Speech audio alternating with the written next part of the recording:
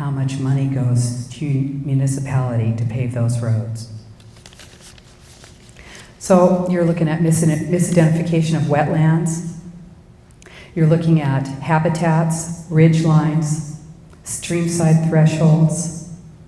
I just appraised a 1,000-acre ranch right before I retired. I went around to see what that guy could do with his ranch, because even though he was zoned for Ag 60, which is one house per 60 acres, I knew there was no way he was going to get one house per 60 acres on that property. So I went and I looked at other properties. I talked to a guy who bought his property 10 years before. He said, Rosa, you're not going to believe this. It's 1,000 acres and we finally got one house on it. We had to donate 400 acres to the open space district in order to get those permits. And it took us years and years to get it.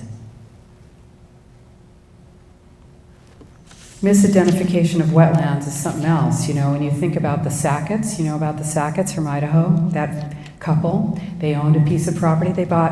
Just think about this nice couple. Here they buy this piece of land. They spend like $23,000 for this nice little piece of land near this lake. It's in Priest Lake, Idaho. They're not right on the lake, they're near it. And their land is actually on an incline.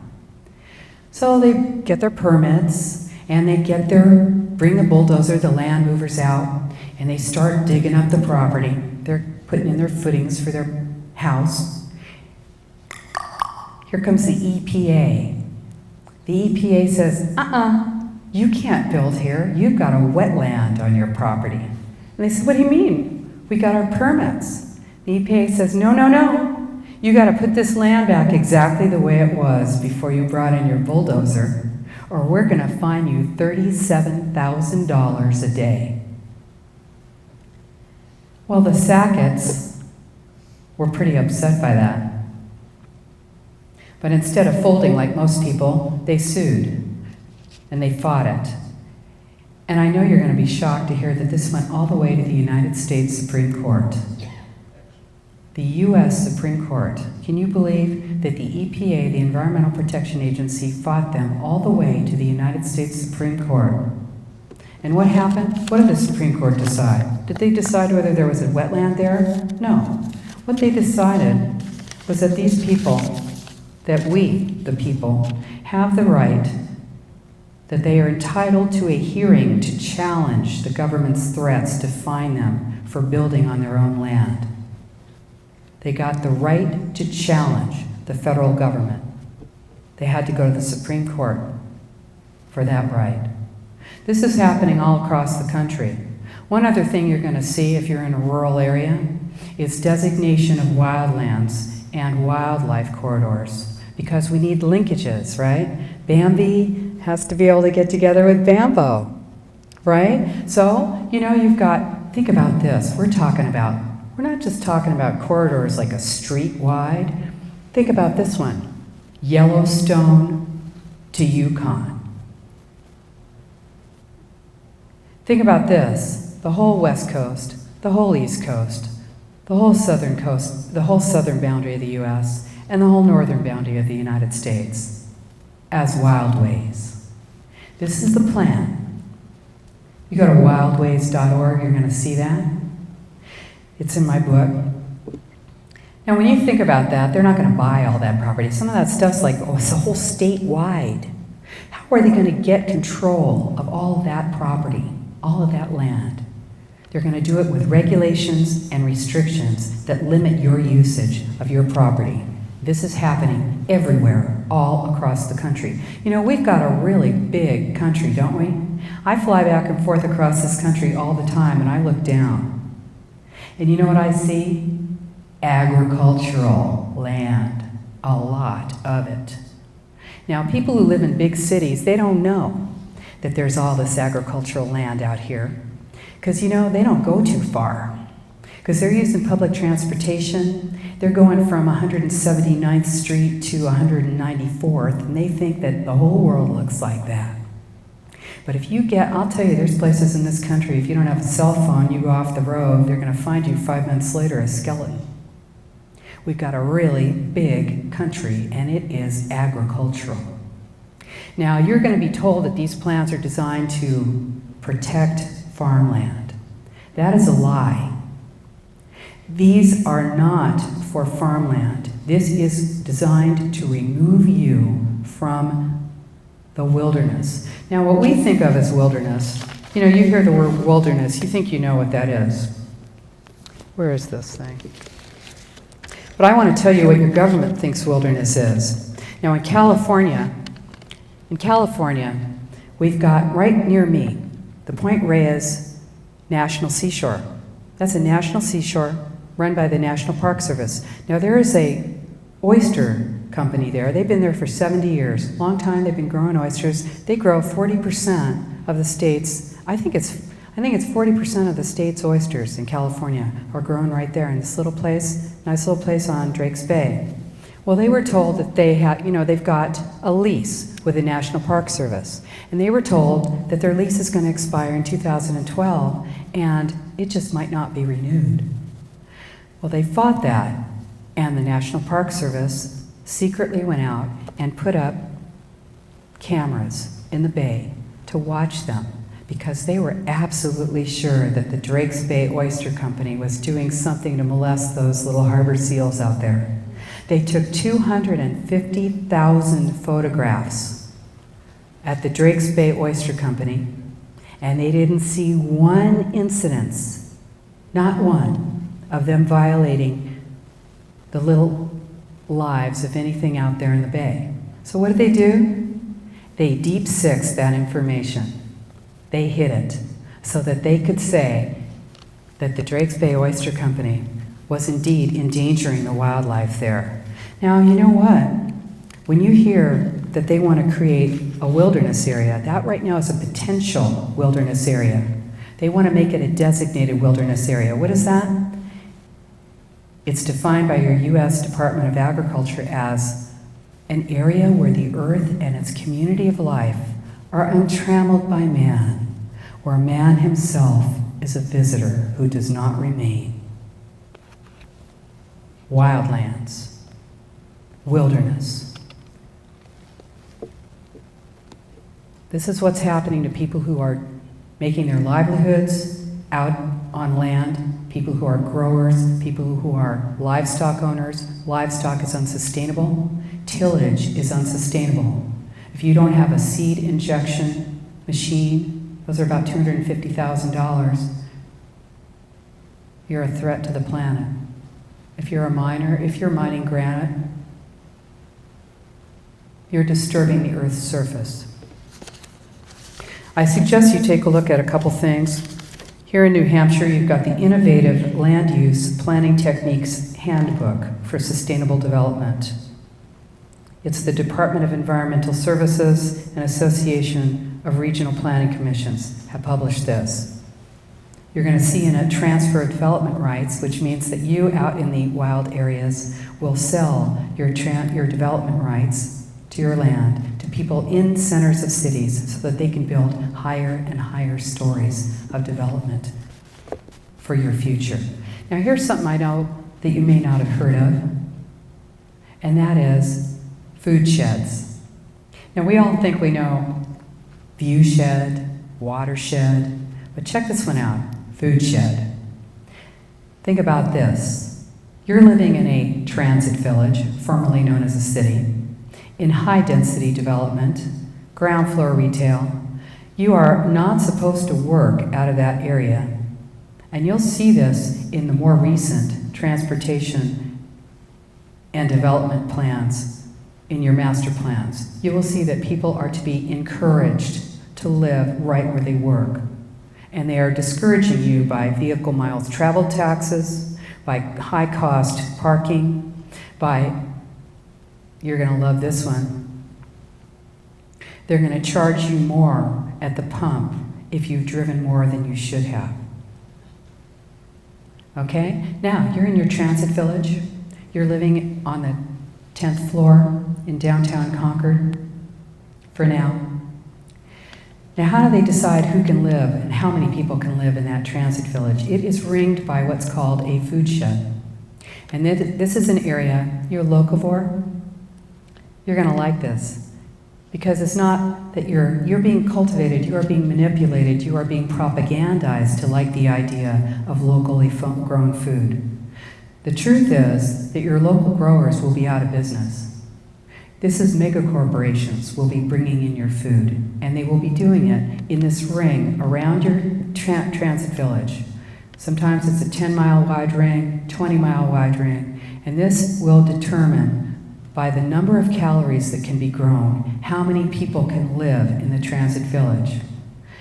You think I'm making this up, don't you? Go to Cornell University and food sheds and take a look. This is the way this is being designed.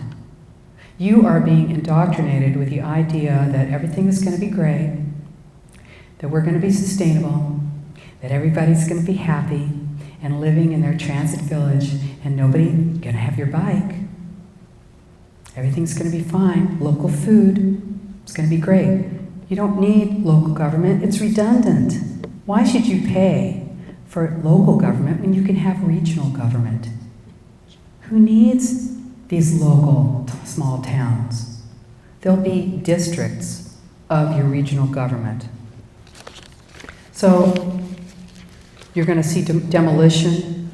Demolition of suburbs is happening now. Right now it's just happening in places like Detroit and Chicago and larger cities, but your cities are going to the federal government and they are asking for grants to demolish homes. This is at the same time that low-income housing developers are getting huge, huge grants to develop smart growth in the centers of your towns. Smart growth is the hardscape for your future poverty. You're being told to rethink progress. That's what it's about.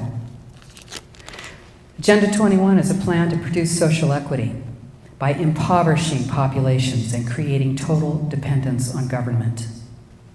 If you want an example of austerity measures, take a look at the European Union. Okay? This is the 1%. This is where we come together, all of us, because we're talking about a corporatocracy, mega corporations. We're talking about banks. We're talking about major influence that overrides jurisdictional boundaries. We're talking about privatization of our public services. We're talking about public-private partnerships, and what that is you, the public, take all the risk and subsidize the private developer. That's what a public-private partnership is. You want to hear what my favorite public-private partnership is? Prisons. Privately owned prisons. What do prisons need? Prisoners. How do you get more prisoners? You make more things crime. And you make sentences longer. You know, obesity is an epidemic now. How long before you're endangering your child's health and can lose your child? That's a speculation. But when you're talking about health plans that will be imposed on you and will dictate your health, what you're supposed to eat, and how it is that you maintain your health, when you're talking about a cult of exercise that is actually going to be restricting your ability to use your vehicle. And I know how crazy this sounds. I really wish this was crazy, that I was making this up. I am not. This is a seamless plan. It is totally comprehensive. Okay, so here we go. Americans' wealth takes a big loss. This was back in December. Americans' wealth last summer suffered its biggest quarterly loss in more than 2 years, as stocks, pension funds, and home values lost value.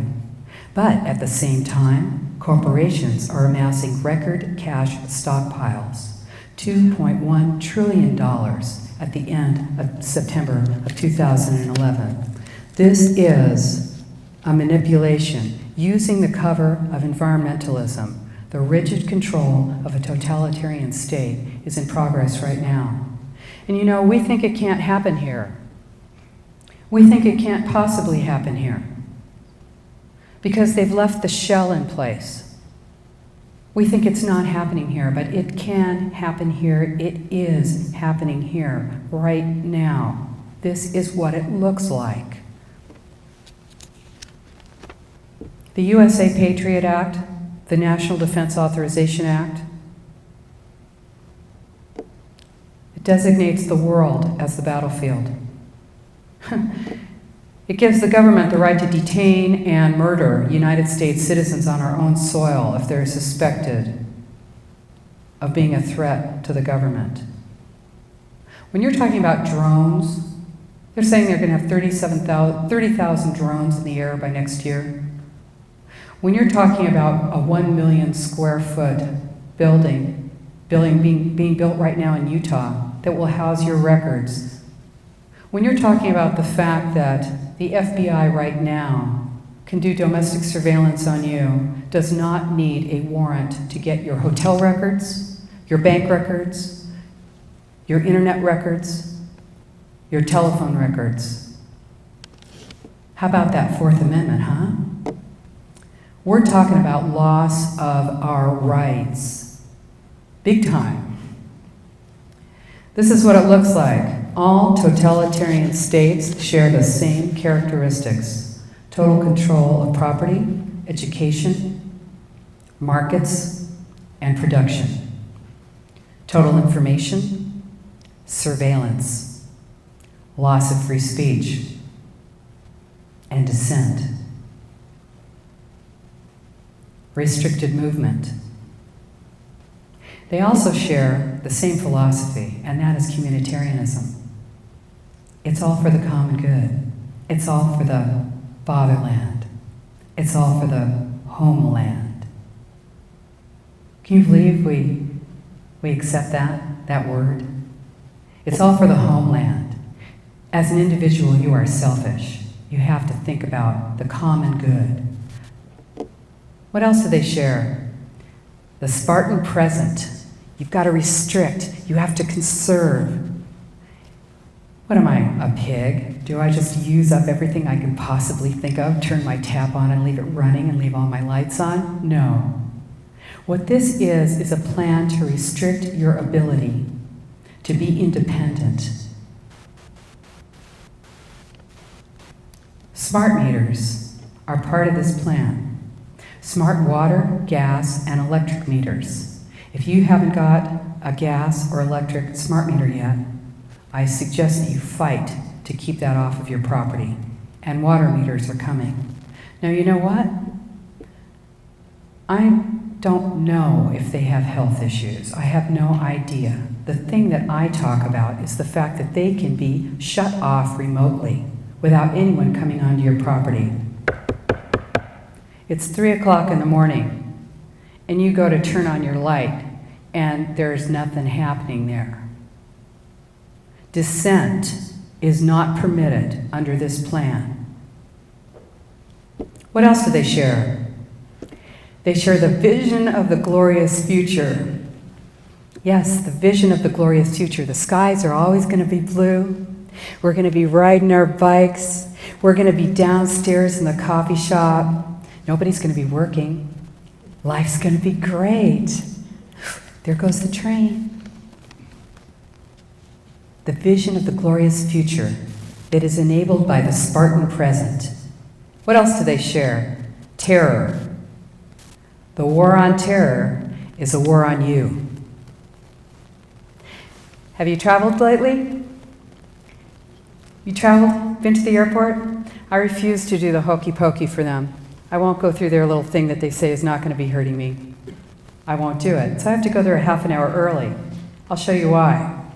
I'm standing there like this, and she's on me, you know. I'm just using the back of my hand. Oh, first of all, when I first let them know that I need a pat down, that I'm not going to go through their machine. Female pat down over here. Female pat down. Woman refusing to go through. Female pat down required over here. Female. Stand over there, ma'am. I'm standing there. People are walking by. They won't make eye contact with me. Oh, no, I must have done something wrong. They're not going to be looking at me. No, I'm like cut out of the herd. So now I get taken over and I'm like this. Here's what I say. Is this the best thing you could find to do for a living? Have you ever asked yourself how far you're willing to go for the money? Is there anything that you're not willing to do to me that they tell you to do? And then when they get all the way down there, I go, I'm a lesbian. That keeps me there an extra half hour. Yeah, it's all for the fatherland, the homeland, for the common good. The common good is whatever they say it is. So who's doing it to you? Let's get down to it. Here we go, removing the roadblocks, how to make sustainable development happen now. Bank of America, American Bar Association, Berkeley Law, UCLA Law. I picked this up in Berkeley. Is that looking good? Can you see it? That's smart growth. Doesn't that look like, ooh, can't wait to move in there, man. That looks good. Yeah, how about this? On Common Ground, put out by the National Association of Realtors. All about how great smart growth is. How about this one? This is put out by the American Planning Association. Now, you know, it helps to know when you're at war, that you're at war. They know they're at war. We don't. It's like there's been a football game going for the last 20 years, and the other team's been out on the field making touchdowns, and we've been having a kegger in the parking lot. But now we got our helmets on and our pads on, and we're out on the field and we're making some points. We're up on the board. I'll tell you what, here's the American Planning Association. They just put on a 12-week-long communications boot camp for planners to teach planners how to re-propagandize the public, because we are out here telling the truth. What else do they say in this? They say, key strategy, inoculate elected officials.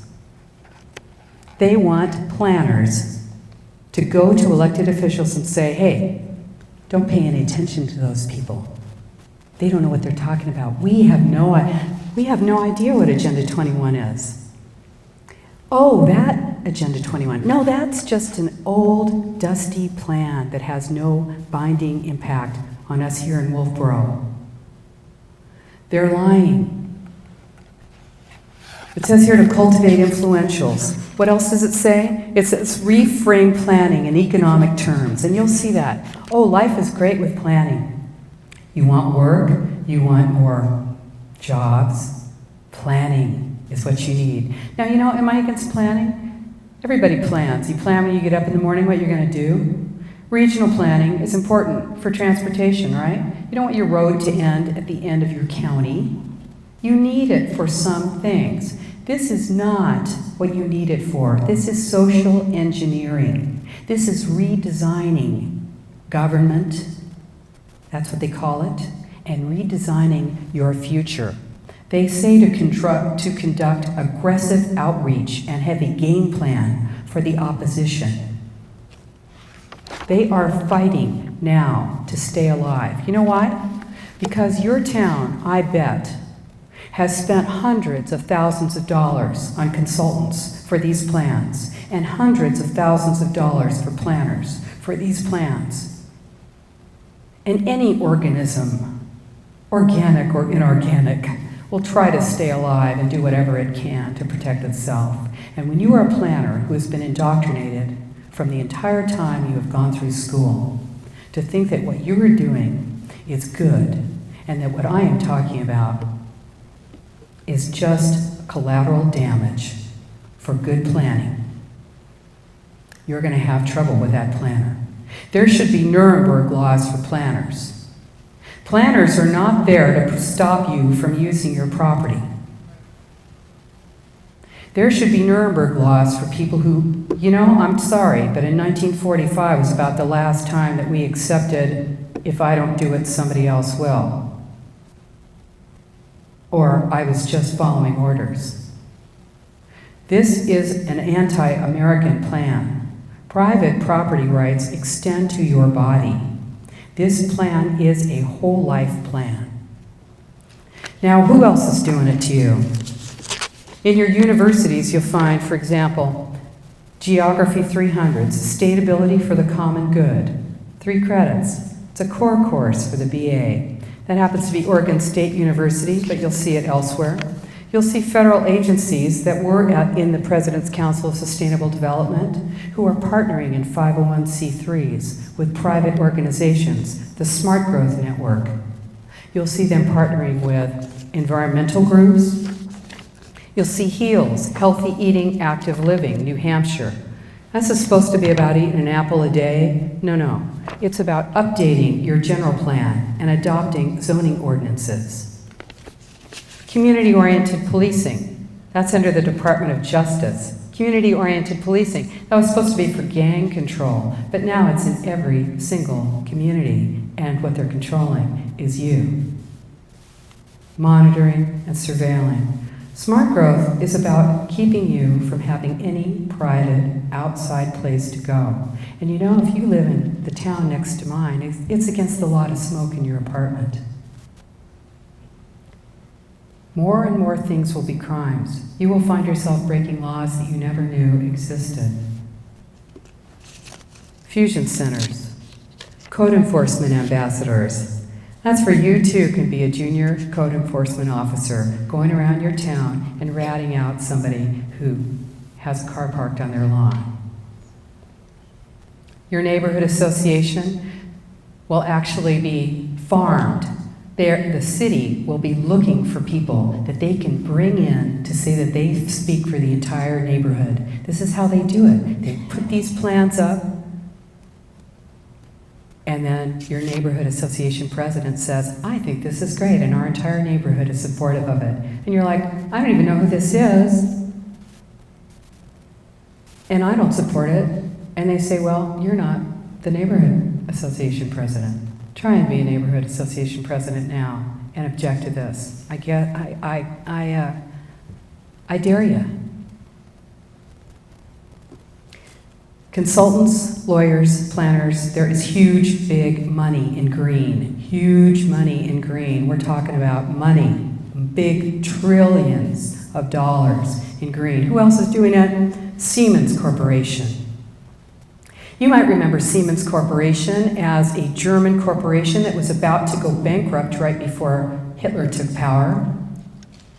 But then Hitler generously offered them slave labor from the concentration camps. And they developed technology. They are into solar, light and heavy rail cars, the smart grid. They give grants for sustainable communities, partnerships. They are involved. They partly funded Growing Smart, legislative guidebook with model statutes for planning and the management of change, Siemens Corporation. Another one you'll see is IBM. IBM traded with the enemy, had a wholly owned subsidiary in Germany during World War II. Why? Well, how were the Germans going to keep track of those prisoners? You know those numbers tattooed on the arms? It wasn't your number 1, your number 2, your number 3. Those numbers corresponded with what camp you were going to be in, what you were going to do, where you came from. The Germans could not have done what they did without IBM. Those punch cards and machines came from the United States. They were serviced with US people. IBM is now doing biometrics to be able to monitor and manage you with your eye. Who else? 23andMe. You think you own your DNA? Your DNA, your human genome, has been mapped and is now patented. You want to find out if you have some health issue in the future, you're playing around, joking around, want to see if your family's from the New Hebrides? You spit into a cup and send it off to 23andMe, and they're going to send you back a printout about your, DNA, your history, right? Your genetic history. What do they do with that? They keep it. Who are they? Well, the woman who owns 23andMe is married to Sergey Brin. Who's he? He owns Google. Google will be keeping your personal data. Now, who else? Unions, AFL-CIO in 2001.